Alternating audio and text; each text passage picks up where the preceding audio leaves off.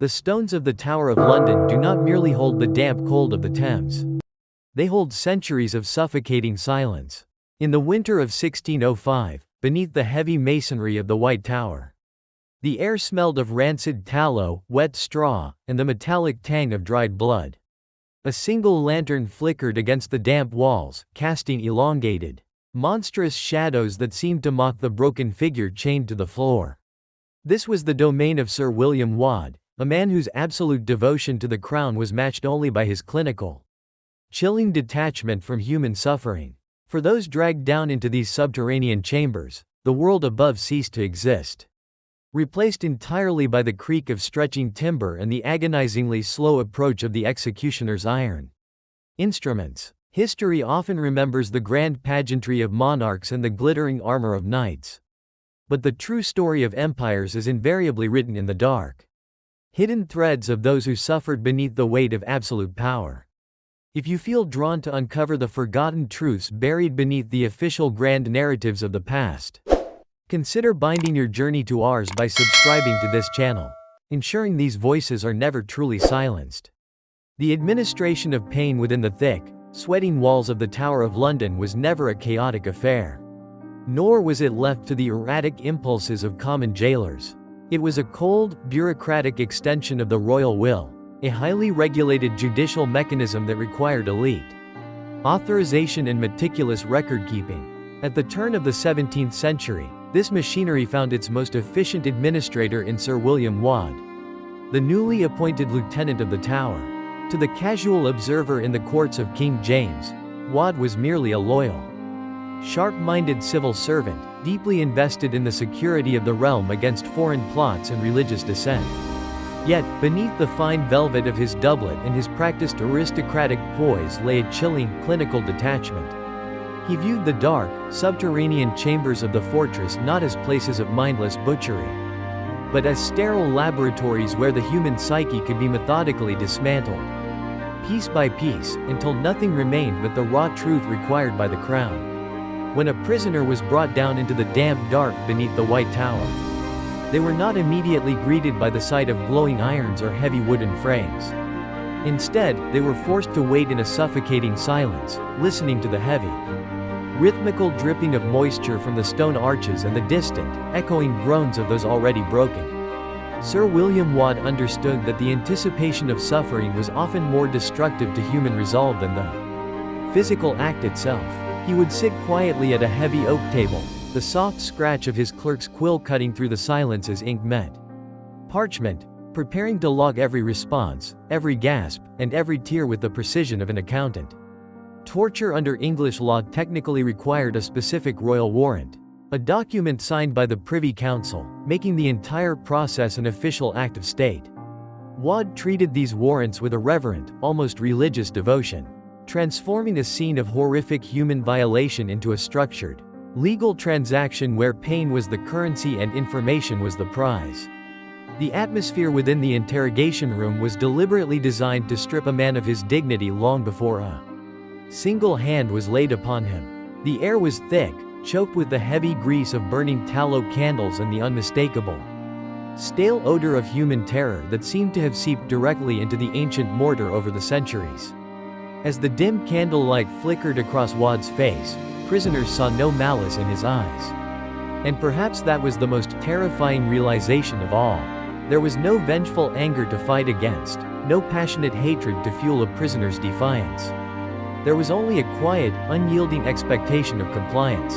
Waad would read the charges in a calm, measured cadence, offering the accused a final chance to confess freely before the iron keys turned in the heavy padlocks and the true horrors of the tower were unleashed upon their flesh. To step inside the mind of the lieutenant was to understand the chilling transition from medieval brutality to early modern bureaucracy.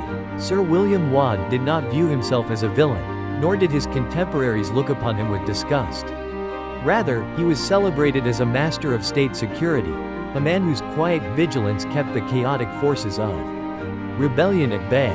Under his administration, the subterranean world beneath the White Tower became an unescapable trap for those suspected of treason. For a prisoner sitting across from him, the absolute absence of emotion in the room was suffocating. There were no shouted insults, no dramatic displays of anger, and no personal animosity. There was only the clinical, mechanical reality of an interrogation that would not end until the clerk recorded a satisfactory answer on the waiting sheets of parchment. The psychological weight of this environment shattered many men before they ever felt the bite of cold iron. Waad knew that a mind left to fester in darkness, listening to the muffled, agonizing sounds of other cells through the thick masonry, would eventually begin to tear itself apart.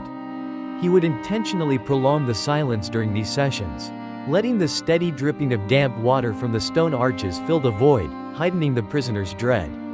When he finally spoke, his voice remained a low, even murmur, presenting a terrifying contrast to the horrific violent reality that awaited just beyond the edge of the candlelight. He would carefully lay out the details of the royal warrant, ensuring the prisoner understood that their impending agony was completely legal, endorsed by the highest authorities of the land, and entirely unavoidable.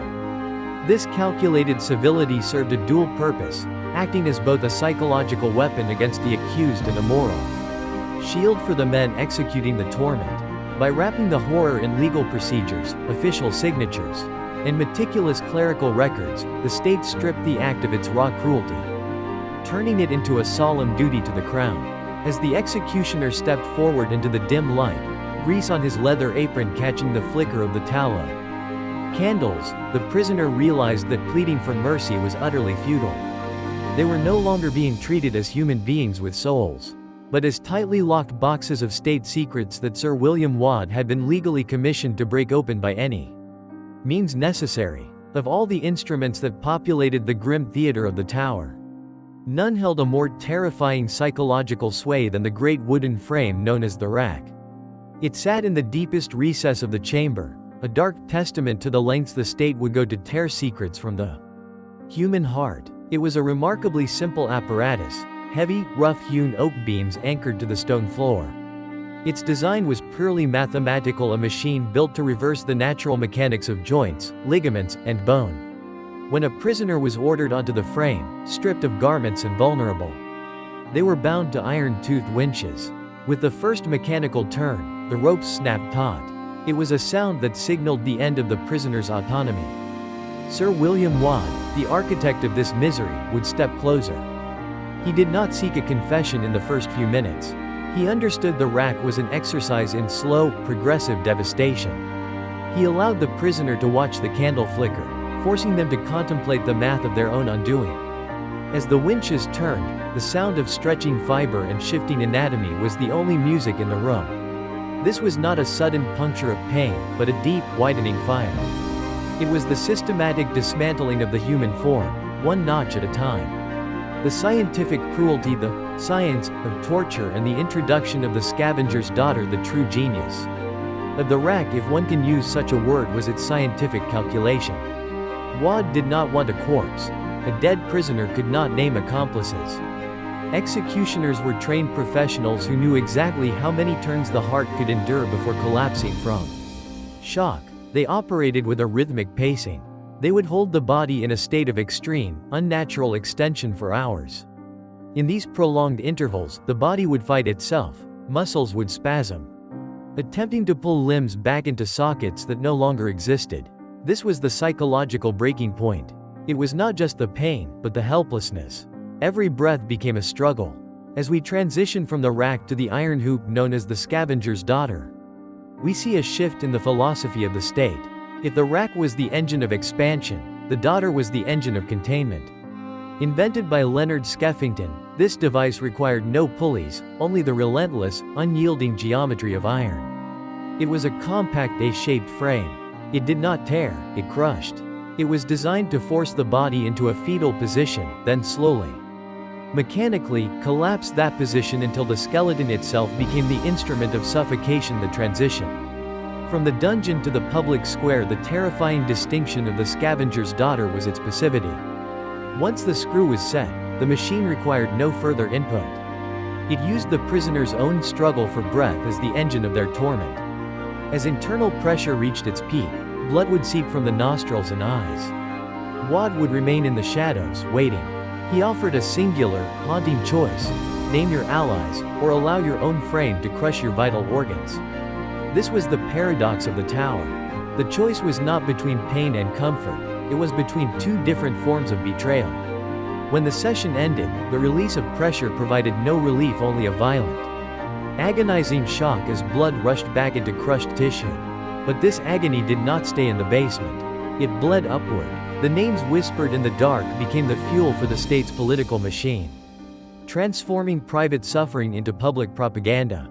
The state meticulously distributed these confessions to justify harsher laws. They framed the brutal work of the tower as divine justice. The public, seeing the broken figures on the scaffolds, was meant to feel the invisible reach of the king's interrogators in their own homes. Trust eroded. A casual remark in a tavern became a potential treason. The entire kingdom lived within a psychological prison that mirrored the stone vaults of the fortress. Today, we see the tower as a monument, a collection of Gothic myths and romanticized ghosts. But these stories, while compelling, sanitize the truth. They turn bureaucratic terror into cartoonish villainy, distancing us from the cold, calculated reality of how power truly functions. We must look past the ghost stories to the mortar of the walls. The tower is not a haunted house. It is a monument to the eternal struggle between individual conviction and the crushing weight of the state. As the Thames flows past, it remains a silent reminder. Power can break the architecture of the body, but it can never fully extinguish the stubborn, dangerous human desire for truth.